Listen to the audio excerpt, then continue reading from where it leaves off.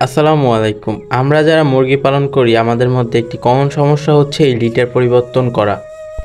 কিন্তু এই লিটারের মাধ্যমে অনেক ধরনের রোগ হয় আমাদের মুরগির। সুতরাং আমরা আমাদের এই লিটারটাকে খুবই দ্রুত পরিবর্তন করব। তো আমার আজকের এই ভিডিওটার মধ্যে আমি এইটুকু বলবো যে আমরা লিটারটা কখন পরিবর্তন করব।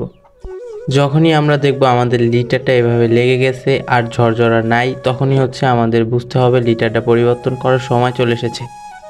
আমার এই লিটারটি আমি মাত্র 4 দিন আগে দিয়েছি, কিন্তু তারপরও যেহেতু লিটারটা লেগে গেছে এবং লিটারটা ভিজে গেছে, তাই হচ্ছে আমার লিটার পরিবর্তন করতেই হবে।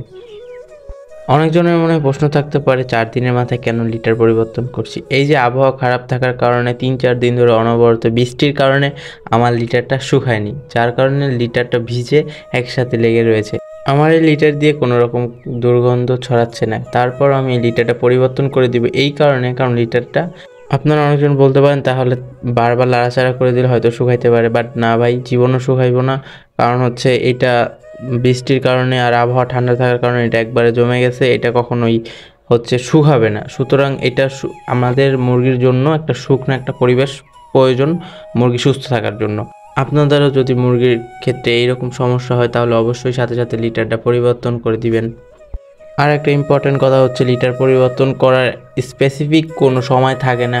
আপনার লিটারটা যখনই নষ্ট হয়ে যাবে আর যখন এরকম ভিজে যাবে একসাথে লেগে থাকবে, তখন আপনার লিটারটা পরিবর্তন করে দেবেন। যদি আবহাওয়া গরম থাকে এবং রোদ রোদ থাকে তাহলে 2-1বার নাড়াচাড়া করে দেখতে পারেন, যদি না শুকায় তাহলে অবশ্যই লিটারটা পরিবর্তন করে দিবেন। এই পোলট্রি সেক্টরে সবথেকে গুরুত্বপূর্ণ সাইডই হচ্ছে লিটার পরিবর্তন করা, কিন্তু আমার ক্ষেত্রে এটা খুবই খারাপ লাগে। এই লিটার পরিবর্তন করা একটা ঝামেলা লাগে। তারপরও আমি হচ্ছে সবসময় পরিষ্কার পরিচ্ছন্ন করে রাখি আমার মুরগিগুলোকে।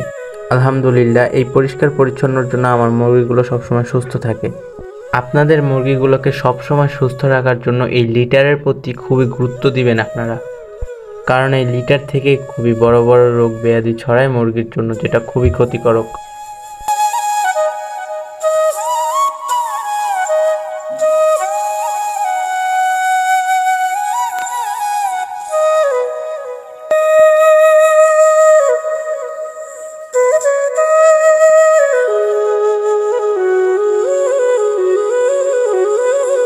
অনেক কষ্টের পর লিটারগুলো পরিষ্কার করা শেষ।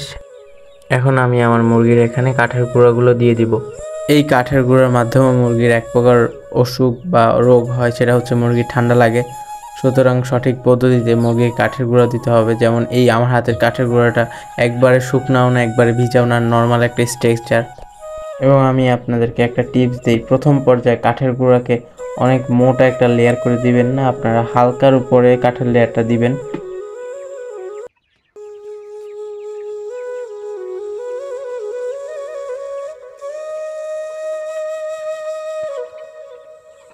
আমি কেন কাঠের গুঁড়াকে হালকাভাবে দিতে বলছি, কারণ ওরা এখন এই গুঁড়াগুলো দিয়ে ওদের শরীর চুলকাবে। ওদের শরীর যখন ওরা এইভাবে চুলকাবে তখন এই কাঠের গুঁড়াগুলো উড়বে।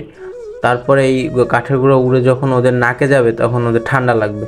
আর এই কাঠের গুঁড়া থেকে ঠান্ডা লাগলে প্রচুর পরিমাণ এটা ইফেক্ট করে মুরগির উপরে এবং সহজে ওষুধপাতি খাওয়ায়ও ঠিক হয় না। সুতরাং প্রথমে একটা হালকা লেয়ার দিবেন, তারপরে হচ্ছে কিছুক্ষণ পরে 1 ঘন্টা বা 2 ঘন্টা বা একদিন পরে হচ্ছে আপনারা যতটুকু আপনারা দিবেন আপনাদের পরিমাণ মতো। বাট প্রথম পর্যায়ে যখন ওরা চুলকাবে ওদের শরীর বা এই কাঠের গুঁড়া নিয়ে ওরা খেলা করবে, তখন আপনারা একটু কম দিবেন যাতে কাঠের গুঁড়াটা কম উড়ে।